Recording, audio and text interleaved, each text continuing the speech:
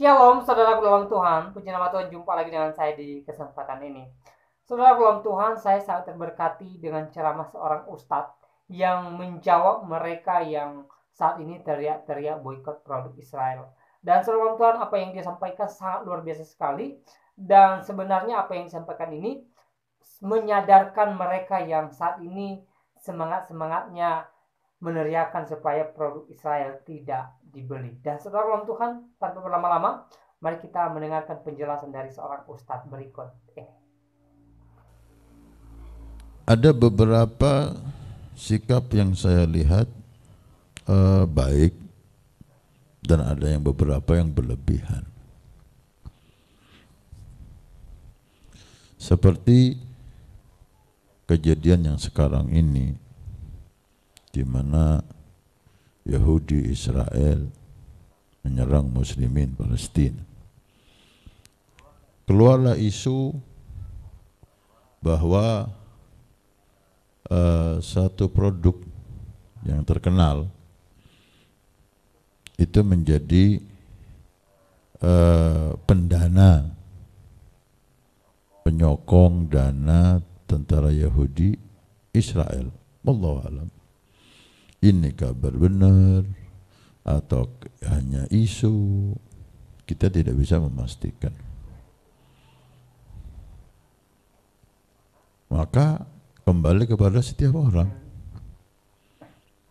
Membeli dan tidak membeli produk apapun bebas bagi kita, betul.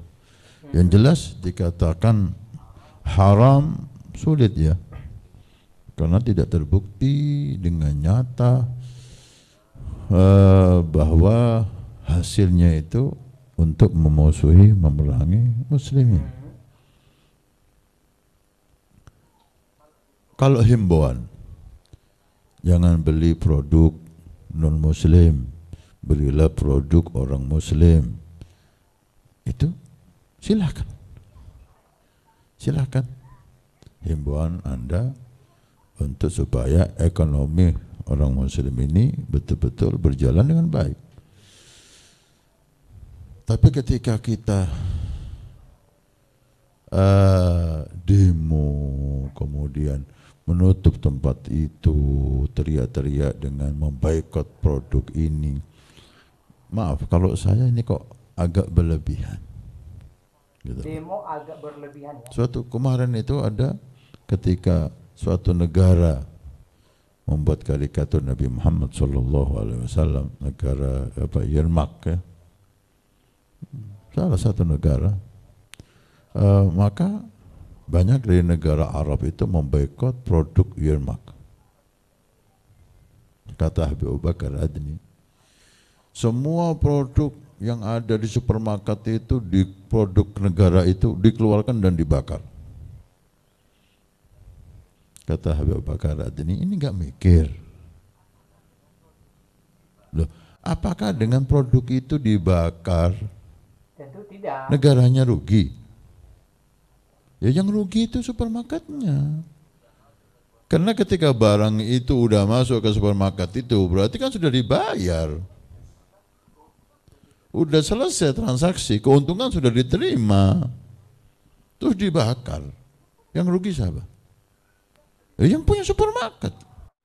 Ya, ini memang betul saudara dalam Tuhan ya. Supermarket beli barang lalu dia bakar, ya dia sendiri yang rugi. Kemudian apakah negara itu bodoh? Dia produk lagi dengan produk yang sama dengan merek yang berbeda, masuk lagi ke Timur Tengah.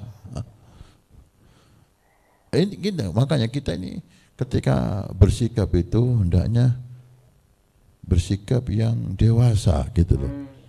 Jangan bersikap yang membuat kita rugi sendiri dan dinilai Islam ini kok agama gini ya gitu. Kok agama kayak gini gitu. Kita ingin ekonomi kita baik. Oke, buat ekonomi Islam yang bagus. Sekarang ini supermarket yang menjamur sampai ke desa-desa bukan punya orang Islam.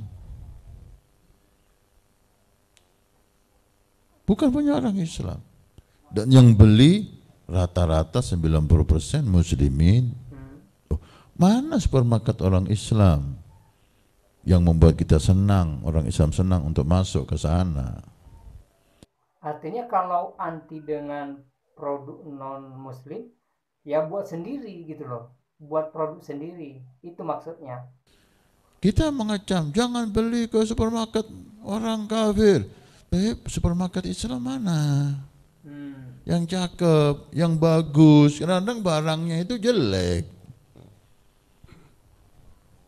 Maka jangan ke rumah sakit orang Islam non muslim, jangan ke rumah sakit non muslim. Rumah sakit Islam yang bagus mana? Yang melayani mana?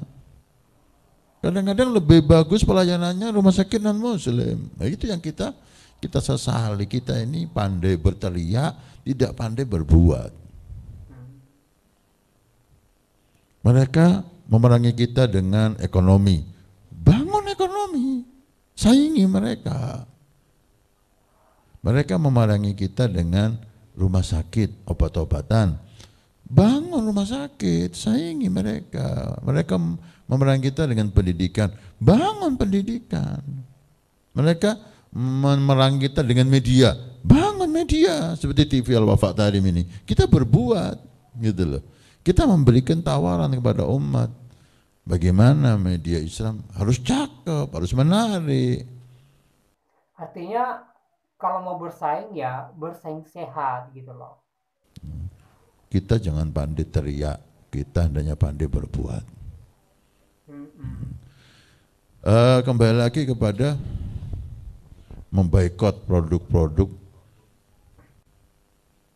apakah didengar oleh umat? Udah sering kayak gini, ya tetap aja antri mereka. Apa nggak malu? Apa nggak malu kita teriak-teriak boikot produk ini, boikot makanan ini, ternyata yang antri tambah banyak. Ternyata akhirnya membuat kita malu sendiri. Ayolah, berpikir yang jernih, berpikir yang baik, ya. Ambil langkah-langkah yang bagus. Bagaimanapun ya, produk yang diboikot itu sebenarnya kebutuhan kita, saudara Tuhan. Ya, kita tidak bisa pungkirin hal itu.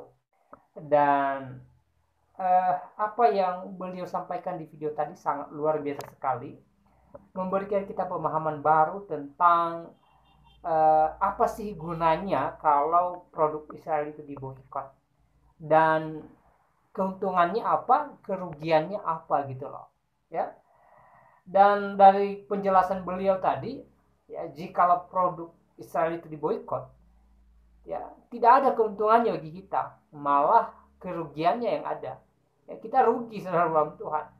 Misalnya dia kasih contoh tadi, ya, supermarket beli produk Israel misalnya, lalu karena itu dianggap haram lalu dibakar gitu loh.